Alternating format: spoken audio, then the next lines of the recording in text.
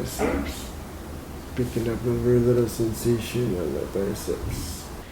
Every cubic centimeter of my body needs to be vibrating, and then expanding it. Now it's on my forehead.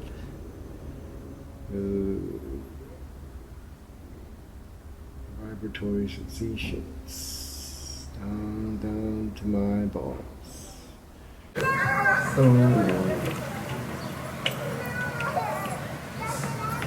What are you doing? I'm trying to meditate. Can you get the camera off of my face? It's so difficult to just live, man. Do you know how to do laundry?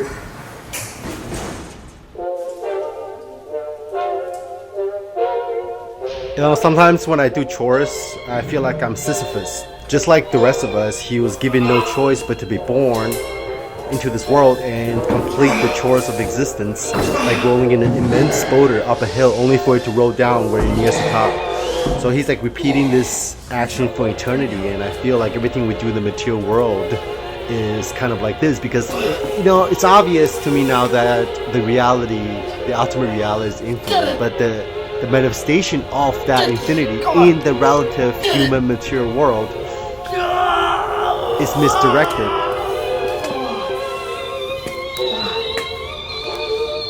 So that's why all our desires can never be satisfied. You know, we're misdirecting the desire for infinity to return to the source, to return and reconnect with itself to finite objects.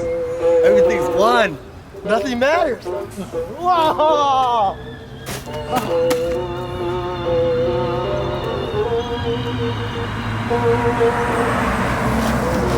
That's the dark side of non-duality, bro.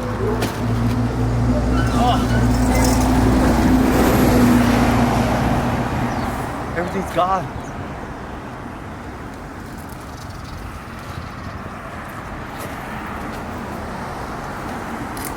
This is the hero chart. The misdirection is still cycling and strange looping around infinity. So you have to do laundry over and over again. You know, when you clean it, it gets dirty again.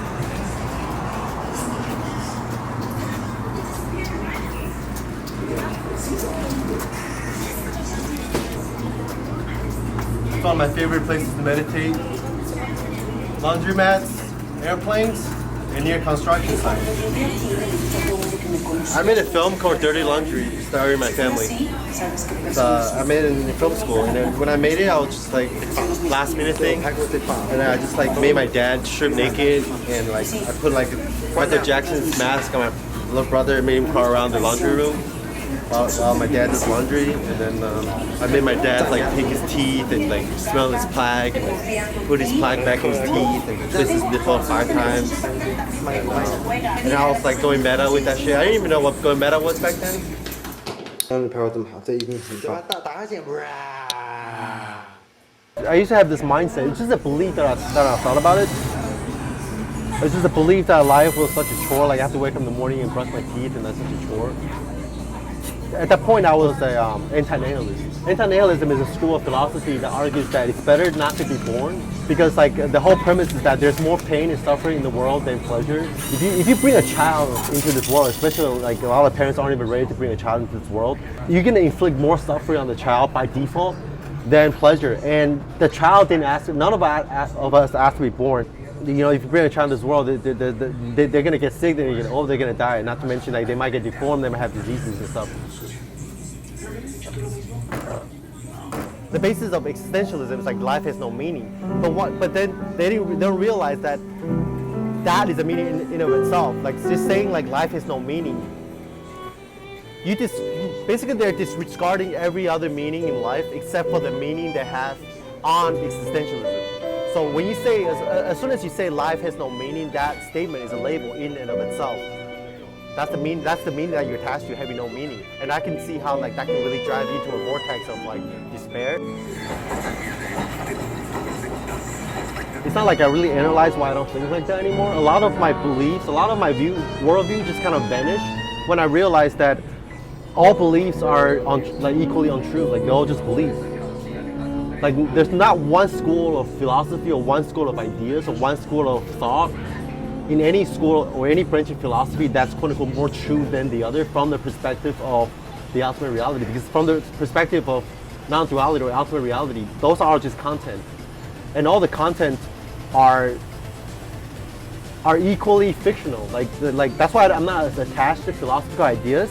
Like I still read philosophy, and I still think like existentialism is like interesting and stuff. But like I kind of like just read it like literature instead of like picking one school of philosophy and be like, okay, Nietzsche's idea is more true than like Sartre, or like Sartre's idea is more true than Rousseau, or like, oh, Hobbes was wrong and like, you know, Kant was right and stuff like that. Which is like anything that could be thought about isn't the quote unquote ultimate truth. Even though I don't like that word anymore, like the truth, I used to use that word a lot, like true with a capital T. I don't really use that word anymore. But like, just for lack of a better word, anything that could be thought of, anything that can be generated by the mind are just ideas, and all ideas are just ideas. Ultimately, that's what philosophy is. They're sort of just like, it's mental masturbation. It's all just like stuff of the mind. Ultimately, you can't really grasp the nature of ultimate reality with thoughts. You can't really grasp it through when you jump beyond the mental horizon of the mind and go into the state beyond the mind. My perspective shifted when I shifted my quote-unquote identification from the characters on the screen or the content on the screen to the screen itself. But then I realized the content on the screen is part of the screen, so it's not like I'm creating a duality and be like, fuck all philosophy, like fuck all like ideas and beliefs, or like existentialism. That's all bullshit. I'm not saying that. I'm just saying like they're fun to entertain, and they're sort of fun to like watch from a more or less detached perspective, kind of like just playing video games, or like, you know, like I can play a video game right now, enjoy it, but that doesn't mean that, you know, I'm identified with this car. But a lot of people are. A lot of people play video games. They're identified with the whatever this car they're driving, and they lose. Their egos gets like butthurt. They think that the content or the characters on the screen is the only thing that exists, when in fact, like, the existence of the content is dependent on the screen, right? Or the existence of form is dependent on emptiness. Once you discover that realm of emptiness, or the realm of the pure screen, the pure consciousness, everything, all the content on the screen, the grip they have on your sense of self just kind of loosens itself. It's kind of dropped. When you ask me how I sort of stop being identified as a sex addict, how you ask me how I reduce my sex drive, I didn't really work on my sex drive per se. I never really went into the content of my mind and tried to dissect it. All I did was recognizing what the nature of reality is. Once you recognize that, then the content sort of just like loses grip. So a lot of people, myself included, tend to take their social media avatar and presence, their virtual meat suit, seriously as the real you. But then when you penetrate through the ultimate reality of non-duality, you discover that the virtual you or the physical you are both the same. They're all from the perspective of the ultimate reality, characters in a video game, avatars you create. And enlightenment is not about making this character better by having altered states of consciousness or like superpowers or strength, but to exit the game completely in a total cessation of consciousness.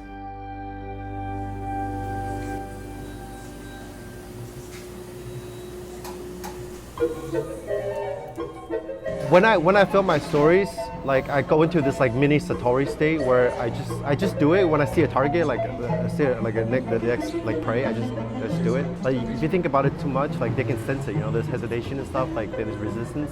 When there's resistance and when there's thinking, there's the ego. And a lot of people ask me if people ever get pissed off. Like I film stories like hundreds of times. I can count like with one hand how many people got pissed off at me or tell me to stop. Most people either don't care or they don't notice because I become invisible when I blend into my environment. It's like the most natural thing. It's almost like, would you like think twice or look twice at like say that chair over there? No, because that chair is quote unquote empty, right? It's like it doesn't have an ego right there.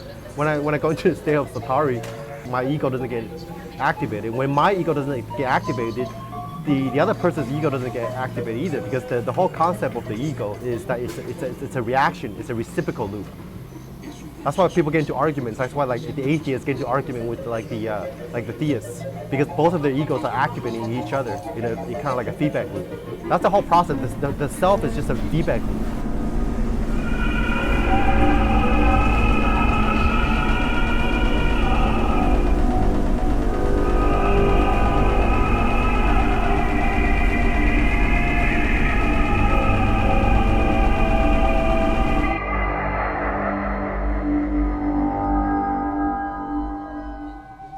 One way to help me stay still when I film the story is to blink my eyes really fast. When your mind is on the way to nirvana, it starts to blink because that's when emptiness starts to present itself in successive frames.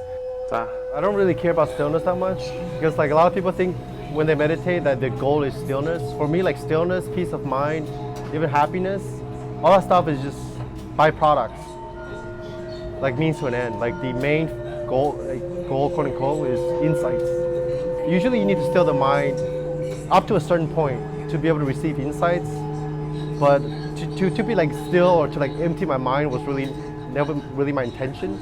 Like for me, like emptiness is just like, emptiness is not, it doesn't mean nihilism, doesn't mean to empty your mind so you become like a blank slate of no mind. For me, emptiness just means like seeing through the empty nature of reality and of thoughts. So like when you can penetrate through thoughts and feelings and even physical sensations in the body and the world, and then see through its intrinsic empty nature, that's the whole point of meditation. So you don't get attached to it, but the whole point is not to empty out anything, it's just to see through reality.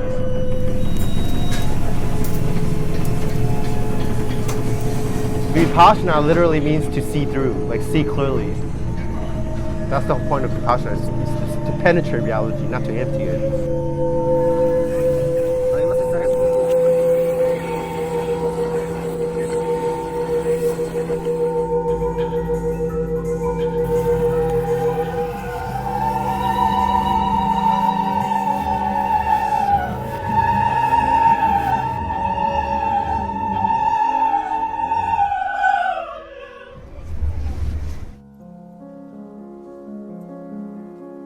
When you like erase like the separation between yourself and the world, compassion becomes like a default. It's a byproduct. But a lot of people make the mistake of training their compassion. There's nothing wrong with it, but a lot of people train their compassion. They try to be compassionate, but they without first realizing the illusion of the self or the illusion of separation. So what they're doing is that their act of compassion is actually a way to kind of fulfill their sense of identity. But again, there's nothing wrong with that. It's better to build an ego by being compassionate than to build an ego by like killing people, you know what I'm saying?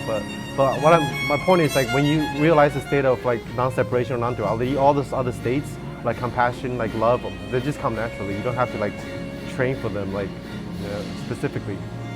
A lot of people have this concept of Buddhism as being this religion where like compassion is like the end goal of like the whole religion. But the reason why morality is such a big deal in Buddhism is because it's hard to have insights. It's hard to like receive insights into reality when your mind is thinking about like your personal issues, or when you like, let's say when I went to the meditation retreat, like the first 3 days, there's a lot of thoughts, a lot of personal thoughts that arise because of the like shitty things that I did to other people.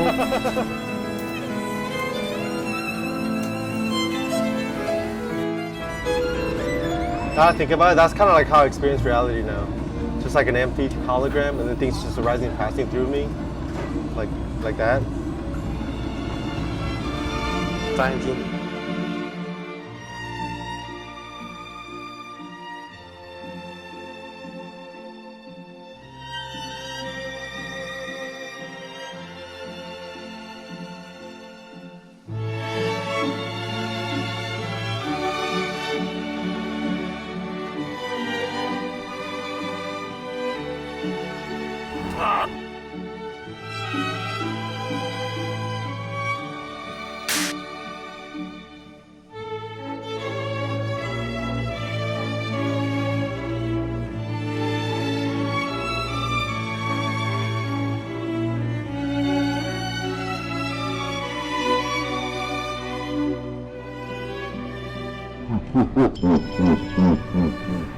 I think going through a meditation retreat is very much like doing the laundry.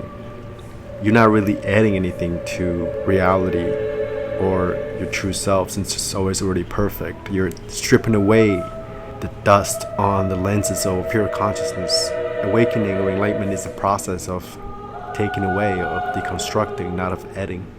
Once the lens of perception or the ego is cleansed, you go back to your true state, your most natural state, your most natty state, your true nature. What is that state?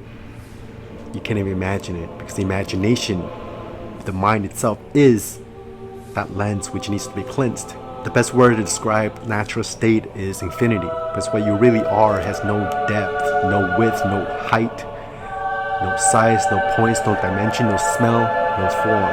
And you realize your body and your mind is nothing but reflection on this nothingness, which can be perceived as a 360-degree mirror. Right now when I'm walking around in the world, but I feel like I'm just suspended and floating within infinity.